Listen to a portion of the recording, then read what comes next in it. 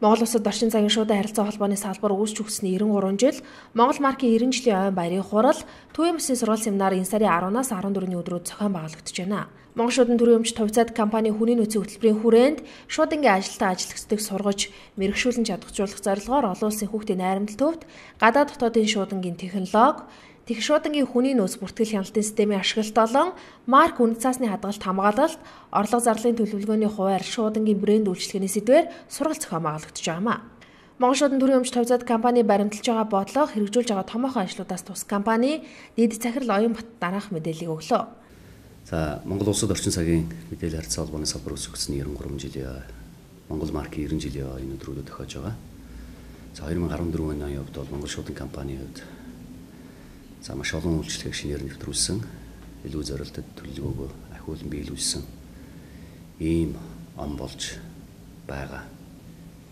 За өнөөдрийн хувьд бол бид нэр аймаг орон нутгийн шууд үйлчлэгийн газрын дарганаар Төвийн Мөсийн 10 аймгийн сум болон аймгийн шууд үйлчлэгээний газрын ажилтнуудын Төвийн Мөсийн сургууль семинарыг зохион байгуулж байгаа.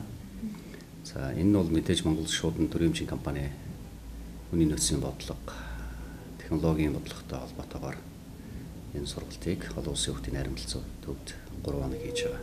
За тийм учраас өнөөдрийн энэ өдөр Монгол шуудан төрийн өмчийн компанид үе үе ажиллаж ирсэн одоо энэ компани үйл ажиллагааг нуруунд дээр өрч аваа шууданч нар энэ халуун ам бүлийн гэр бүлийн гишүүдэд бүгдээрэнд нь баярын мэндийг хүргье. Монгол шуудан компани удирдлага 2012 онд аль биесээр шинжилэн зохион байгуулагдсан.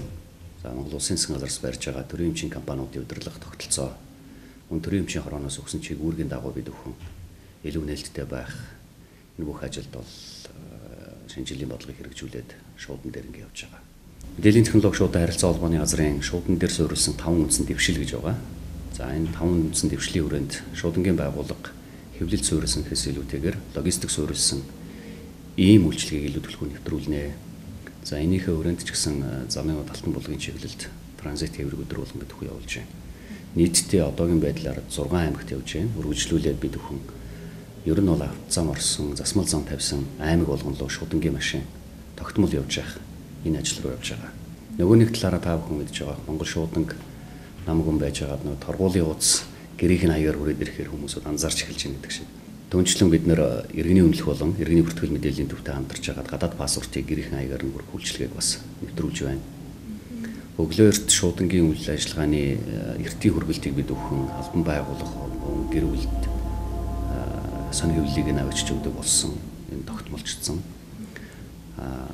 Бас нэг чухал үйлчилгээ энэ 2014 онд илүү хүчтэй нэвтэрч байгаа нь юу гэхээр шуудангийн салбарын дэвшил буюу ухаалаг шуудангийн харьцгийг бид өхөн ухаалаг шуудангийн одоо үйлчлэгийг нэвтрүүлэх чиглэлд бол илүү төлхөө бодлого гарч ажиллаж байгаа. Мөн ухаалаг шуудангийн харьцгийг шуудангийн салбарын томоохон дэвшил гэж үзэж болох байна.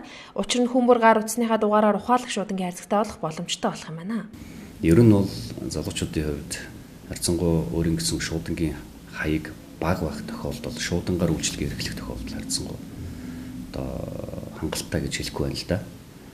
Тийм учраас бид өхөн одоо эх 7 хоногс гэсүүлээд бас Монгол Улсын их сургуулийн дугуй танхимд оюутнуудад зориулсан тийм үү аймаг орон нутгаас ирсэн тэр оюутнуудад зориулсан ухаалаг шуудангийн харьцгийг тавьж байгаа. Жишээ нь таны миний утас ямар дугаартай байна? Тэр дугаарын урталт нь шуудангийн үндсэн смарт боксын кодыг нь тавьж өгөөд утасныхаа дугаараар шуудангийн харьцагтай болох болцоотой. Энэ бол одоо шуудангийн салбарт хийж байгаа 20 дахь том дэвшил. За би түрүүн хэлсэн транзит хэврэг буюу логистикийг дараагаар нь ухаалаг шуудангийн харьцаг.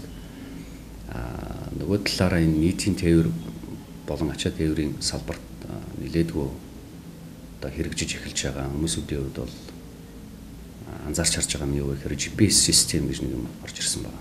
Монгол шуудангийн хувьд ч гэсэн бүх автомашинууд нь бүгдээрээ GPS суурьтай тэрэнд ор удирдлагын төв дээр хяналтын системийг удирдах байж байгаа. Хэний ямар хэлгээ явж хаана явж байгаа вэ гэдгийг иргэн хүн өөрөө мэддэг. Тэрийг контролдох юм болцоотой болж байгаа.